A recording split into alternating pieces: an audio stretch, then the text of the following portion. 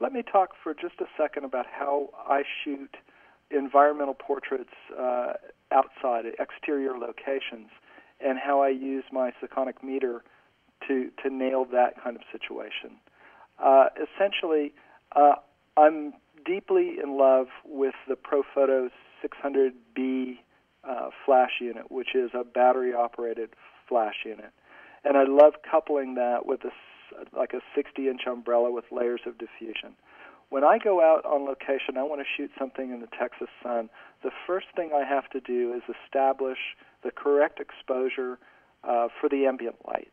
And I like my ambient light a little heavy if I'm going to do a setup that's going to be filled with my flash. So the first thing I do is look for the top shutter speed that I can sync with flash. On my D3, that's going to be something like 2/50th of a second, but on my Mamiya camera, it might be 1/25th of a second. On my Rolly camera, it's 500th of a second. So I whip out my Sekonic meter. It's a zoom meter. It's probably the best meter I've ever used. I've used other meters and always come back to the Sekonic stuff. I use the incident light dome, and I get a general reading by holding the flash meter and aiming it back toward the camera and using it in its incident light mode in ambient light metering mode. And that gives me a base exposure that's going to set the floor for everything else. Then I switch the meter over to read flash, and I turn on the 600B, and I position the umbrella and the stand where I want them. And the next thing I do is take a flash meter reading, measuring the output of the flash. Now, one disconnection is that when I shoot outside, I want to control all the light that's hitting the subject. So the next thing that I do is put up a black scrim over the top of the subject. That way, I'm cutting out about 2 stops of daylight. I'm just getting fill from the light that's coming in from the sides and not from the top. So I've got my Sekonic meter out, and I meter the flash exposure that I'm getting from the 600B. And then I figure out if I need to go up or down on the power of the flash so that I can get into the ballpark of my original ambient exposure. Once I've nailed that starting exposure, I write it on the piece of white gaffer's tape with a Sharpie. That way I don't forget. Then when I make my second exposure metering for flash, and I've nailed that down and I get it where I want it, I write that down on the piece of gaffer's tape.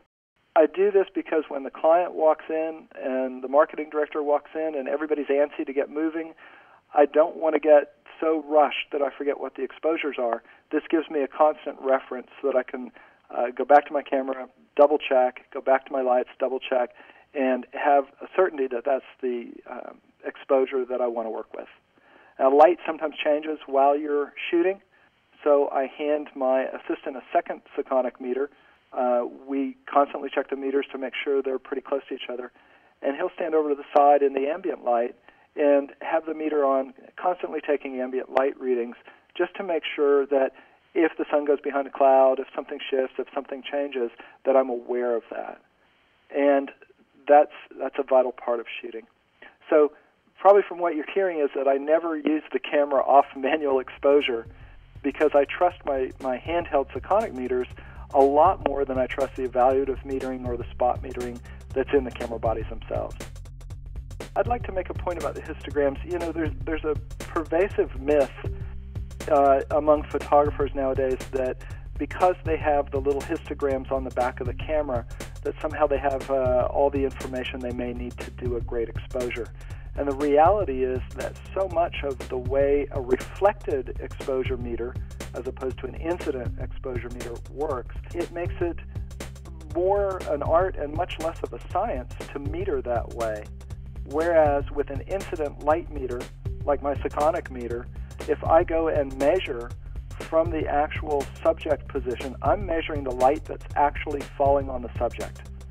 And it's relatively constant, and it's not influenced by weird little reflections and weird little specular highlights. So I've got an absolute measure that I'm working with. And why is that important?